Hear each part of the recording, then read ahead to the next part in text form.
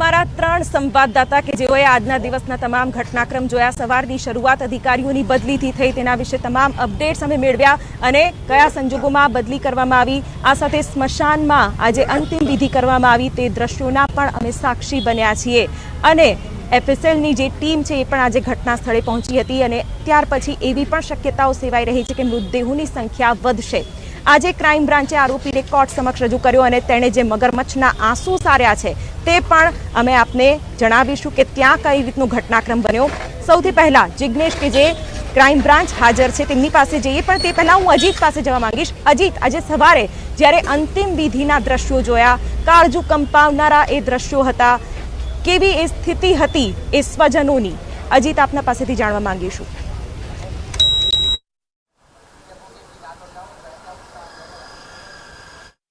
રુદન આપે એવી ઘટના છે, પીડા આપે એવી ઘટના છે, ત્યારે ચોક્કસપણે કહીશ કે ફૂલ બળી ગયા છે બગીચાના, અવશેષ મળે તો કહેજો, યાદોની સુગંધ નષ્ટ થઈ ગઈ છે, આગ લગાડનારને કહેજો। વાંક કોનો, ફૂલનો કે આગ લગાડનારનો? હવે સરકારને કહેજો કે આશ્વાસનના અત્તર ન છાંટે, ફૂલ બળી ગયા છે બગીચાના, અવશેષ મળે તો કહેજો। શિવાની વાત કરવામાં આવે તો તમે જે વાત કરી કે આજે જ આ ઘટનાની અંદર આજે ઘટનાક્રમની જો વાત કરીએ તો આજ સવારે વહેલા એક પહેલા જે સિદ્ધપુરા પરિવાર હતો તેમને તેના પરિવારના મૃતદેહના અવશેષો આપવામાં આવ્યા અને ત્યારથી ધીરે ધીરે જેવી રીતે ડીએનએ ટેસ્ટ થવા માંડ્યા, આગળ કાર્યવાહી શરૂ થઈ અને ધીરે ધીરે પરિવારને જે રીતે મૃતદેહો મળવા માંડ્યા।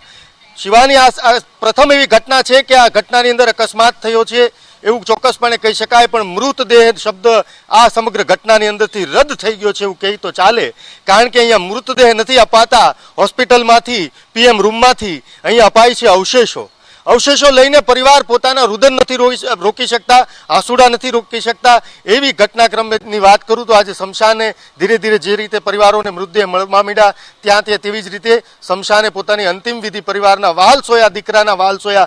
પરિવારના જે સિદ્ધપુરા પરિવારની વાત કરું છું તે વ્યક્તિએ, તેમને ખબર નહોતી કે નોકરી એમની પોતાની જીવન, એમની આર્થિક ઉપાર્જન માટે પોતાની નોકરીની જરૂરિયાત હશે પરિવારને, એમને નહોતી ખબર કે હું આ નોકરી કરવા જાઉં છું, ત્યાં મોતને આમંત્રણ આપવા જાઉં છું, એને નહોતી ખબર કે આ જે જગ્યાએ જાય છે ત્યાં આ સરકારની સડેલી સિસ્ટમે આગ લાગે તેવી વ્યવસ્થા ઊભી કરી છે। એ વ્યક્તિને નહોતી ખબર કે તે પોતાનું મોતને આમંત્રણ આપવા જાય છે। તેને એવી આશા હતી કે હું આ ધીરે ધીરે આર્થિક ઉપાર્જન કરીને થોડા ઘણા પૈસા કમાઈને અહીંયા બાળકો જે રમતા હોય એને જોઈને મારા પરિવારનું ભરણ પોષણ કરીશ। તેને નહોતી ખબર કે આ સમગ્ર આગની અંદર એ માણસ ભડથું થઈ જશે। આ આગની અંદર અનેક બાળકો ભડથું થયા છે, આ આગની અંદર અનેક માતાઓ, બહેનો, બાળકો સહિત બાપ, મા, દીકરી અનેકના એવું કહી શકાય કે મોત થયા છે। ત્યારે આ ઘટના સતત ત્રીજા દિવસે પણ રાજકોટને થંભાવી દીધું છે। ગુજરાતના તમામ લોકો રાહ જોઈ રહ્યા છે કે આની અંદર રાજ્ય સરકાર શું સિસ્ટમ લે। સૌથી મોટી કરુણતાની વાત તો એ કહી શકાય, ચોક્કસપણે સરકાર એક્ટિવ છે,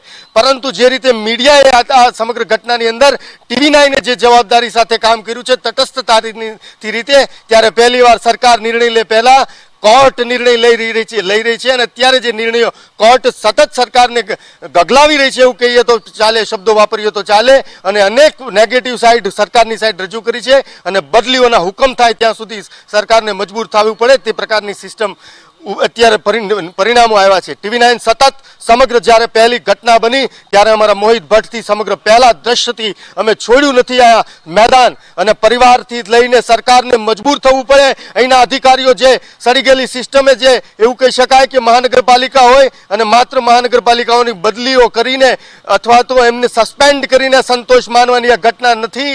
અહીંયા સસ્પેન્ડ નહીં પરંતુ જેલની પાછળ પણ મોકલવાની વાત છે।